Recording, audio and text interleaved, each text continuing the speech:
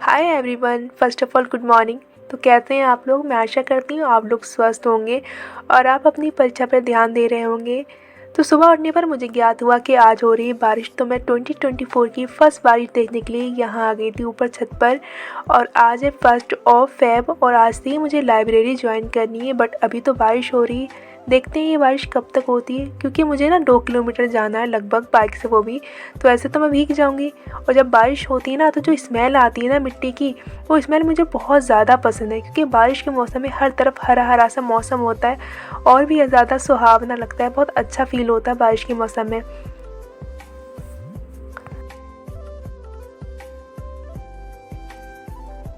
तो यहाँ मैं आ गई थी किचन में सबके लिए नाश्ता बनाने के लिए। जो हमारी छत है ना किचन की, उससे ना बूंदें टपकने लगती हैं, जिस तरीके से ताजमहल में से बूंदें टपकती हैं। मैंने ऐसा सुना है कि ताजमहल में जब भी बारिश होती है तो बूंदें टपकने लगती हैं। तो इन टपकती हुई बूंदों को देखकर मुझे कुछ शेर की पंक्तियाँ याद आ गई, जो मैं आपको सुनाती हूँ। इन बारिशों से दोस्ती अच्छी नहीं निसार, इन बारिशों से दोस्ती अच्छी नहीं निसार, कच्चा तेरा मकान है कुछ तो ख्याल कर। एंड देन यहाँ मैं आ गई थी अपने रूम में और यहाँ मैंने स्टार्ट किया था अपने बैग की पैकिंग करना, क्योंकि आज 1 फेब है और आज से मुझे कुछ सब्जेक्ट को और एड ऑन करना है, जैसे कि फ़िज़िकल जियोग्राफी हो गया एंड मॉडर्न हिस्ट्री हो गया।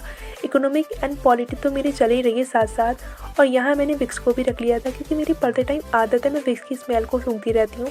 लोग ऐसा कहते हैं जिसके अंदर कैल्शियम की कमी होती है उसको विक्स की स्मेल पसंद होती है, बट अब मुझे पता नहीं मुझे क्यों पसंद है। और साथ ही मेरी बहन ने यहाँ मेरे लिए प्रिपेयर कर दिया था टिफ़िन बच्चों वाला। अब पता नहीं मैं इसे खा भी पाऊँगी या नहीं खा पाऊँगी, देखते हैं।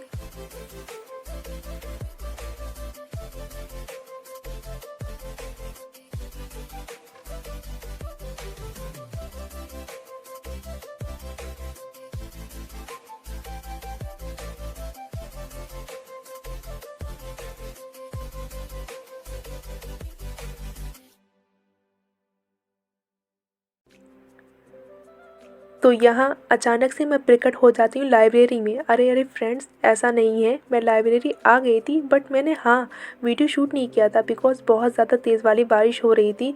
मैं भीग भी गई थी ऑलमोस्ट। बट मैं आगे से ट्राई करूँगी डेफिनेटली कि मैं आने जाने का वीडियो शूट किया करूँ, क्योंकि इससे ना व्लॉग और ज़्यादा इंटरेस्टिंग लगेगा, अच्छा लगेगा। तो यहाँ सबसे पहले मैंने आने पर अपनी टू डू लिस्ट बनाई थी और स्टार्ट किया था अपना फर्स्ट स्लॉट, जिसमें मैंने रखा था मॉडर्न हिस्ट्री को, जिसमें मैं लगभग 3 घंटे टाइम दूंगी तभी ये कवर हो पाएगा। और पहले मैं सबसे पहले इम्पोर्टेंट टॉपिक को ही कवर करूँगी।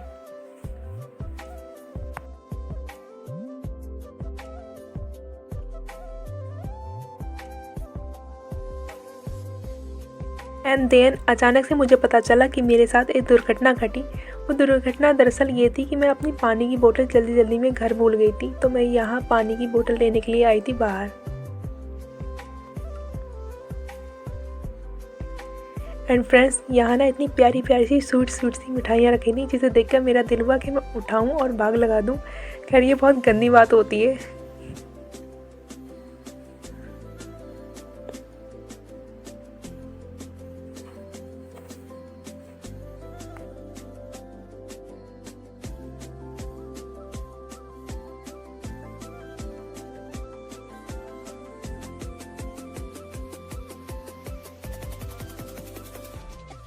एंड देन यहाँ मैंने इकोनॉमी को कवर किया था, जिसमें मैंने बहुत सारे टॉपिक को कवर किया, जैसे कि जीडीपी हो गया, जीएनपी हो गया, नेशनल ह्यूमन डेवलपमेंट इंडेक्स हो गया, sector of Indian economy, secondary, primary, tertiary, और बहुत सारी चीज़ों को मैंने यहाँ कवर किया था।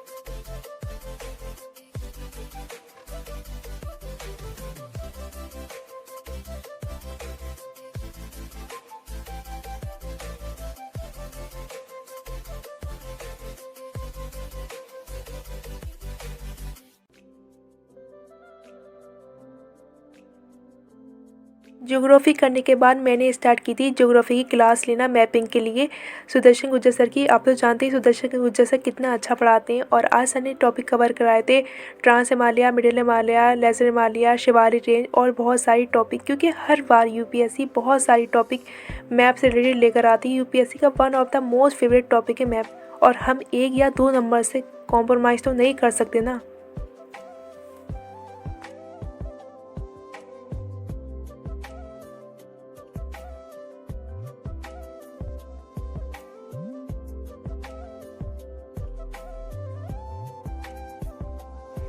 एंड इन द लास्ट मैंने किया था पॉलिटी, और पॉलिटी मैंने ना पीवाईक्यू को सॉल्व करके उसकी एक लिस्ट बना ली कि कौन सी ईयर में कौन से टॉपिक से ज़्यादा क्वेश्चन पूछे गए हैं। अब उसी के हिसाब से जब मैं रिवीजन कर रही हूँ तो मैं उस टॉपिक को ज़्यादा टाइम दे रही हूँ।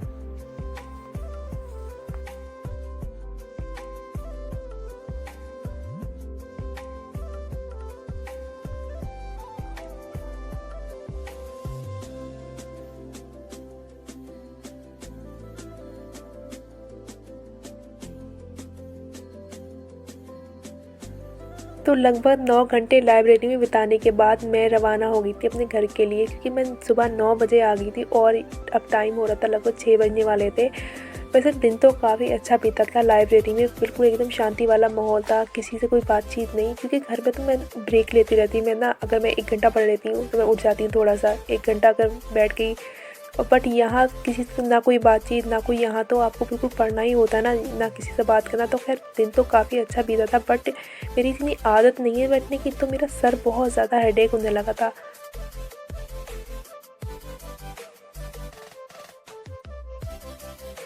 एंड देन घर आकर खाना खाने के बाद मैंने यहाँ बनाई थी चाय, क्योंकि चाय से ना थोड़ा सर दर्द ठीक हो जाएगा। और साथ ही अभी मुझे करंट अफेयर के लिए भी क्लास लेनी है, क्योंकि मैंने लाइब्रेरी में ज़्यादा स्टैटिक पार्ट पढ़ा, क्योंकि घर पर बहुत ज़्यादा डिस्टर्बेंस होता रहता है, बहुत ज़्यादा नॉइस होती है। तो इस वजह से मैंने सोचा शांति वाले माहौल में बुक्स को रीड कर लेते। क्लास तो ये घर पर आप ईयरफोन लगा घर पर भी ले सकते हो ना।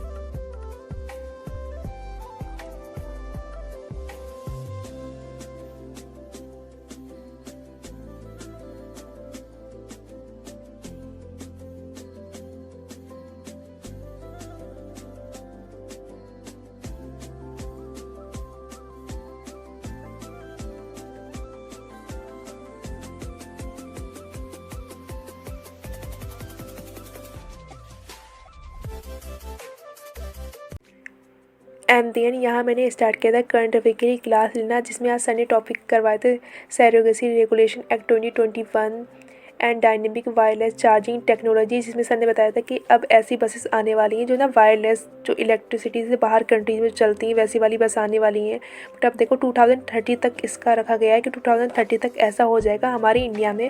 बट अब देखो वैसे धीरे धीरे हमारा इंडिया इकोनॉमिकली भी ग्रोथ कर रहा है एंड टेक्नोलॉजी में थोड़ा थोड़ा आगे जा रहा है। और पॉपुलेशन वाइज तो आप जान ही सकते हैं, चाइना को हमारा इंडिया पीछे छोड़ चुका है।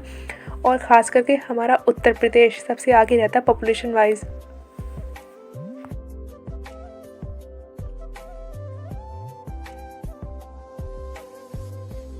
सुमित सर की जो करंट अफेयर की क्लास होती है ना, उसकी सबसे ज़्यादा खास बात मुझे ये लगती है, सर ना प्रीलिम्स के लिए अलग बताते कि प्रीलिम्स में ये टॉपिक आएंगे, एंड मेंस में सर ये बताते कि मेंस में जीएस फर्स्ट पेपर में ये आएगा, सेकंड में ये आ सकता है, थर्ड में ये आ सकता है। और सर साथ ही ये बताते रहते हैं कि कौन क्या क्या आपको सर्च करना है गूगल से, कौन से टॉपिक आपको निकालने हैं। तो इसलिए सर ये क्लास कुछ ज़्यादा ही मुझे अच्छी लगती हैं और मज़ा भी आता है सर की क्लास में, क्योंकि सर कभी कभी पीछे थोड़ा थोड़ा हंसाते भी रहते हैं।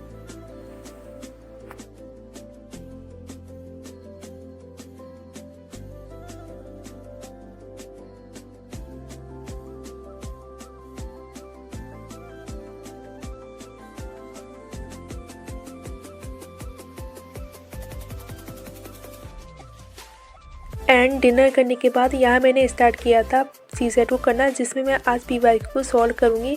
देखूँगी मेरा कितना स्कोर रहता है पैसेज में। अगर मेरा स्कोर अच्छा रहता है तो मैं ओनली रीजनिंग को ना पढ़ के क्वांट को भी पढ़ूँगी, क्योंकि क्वांट मेरा थोड़ा अच्छा लगता है मुझे। बट रीजनिंग मुझे अभी मैंने सही तरीके से पढ़ी नहीं है, तो थोड़ी मुझे डिफ़िकल्ट लगती है, तो इसलिए मैं देखती हूँ मेरा कितना स्कोर रहता है। तो यहाँ मैंने पीवाईक्यू पहले जो 2023 से ही स्टार्ट किए करना।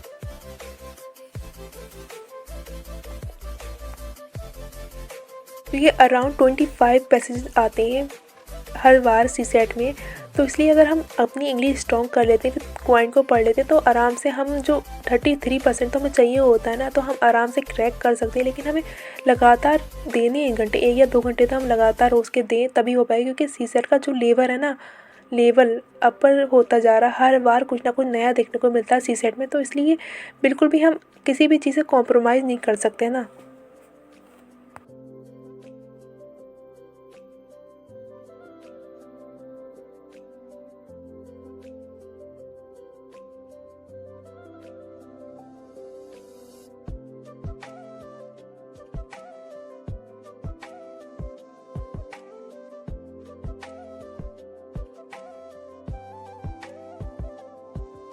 इन द लास्ट मैंने अपनी कीमती टाइम में से 5 मिनट दिए थे मैप रीडिंग को, क्योंकि मैं सुबह नहीं कर पाई थी। और रोज़ के रोज़ मैप रीडिंग करना बहुत ज़रूरी है, क्योंकि मैं इतनी सारी तो कंट्रीज़ और मैं एक ना एक कंट्रीज़ को रोज़ भूल जाती हूँ। मैंने बहुत कोशिश की लिख कर रिविज़न करने की, लेकिन इतनी सारी कंट्रीज़ को आप ना सीरीज़ वाइज याद करोगे तो आप भूल ही जाओगे, कहीं ना कहीं कुछ रह ही जाता। तो यहाँ मैंने 5 मिनट दिए थे मैप रीडिंग के लिए। तो इसी के साथ ये व्लॉग खत्म करते हैं, यहीं पर मिलते हैं किसी और दिन किसी नए व्लॉग में। तब तक के लिए आप लोग खुश रहिए, स्वस्थ रहिए। Bye bye, take care all.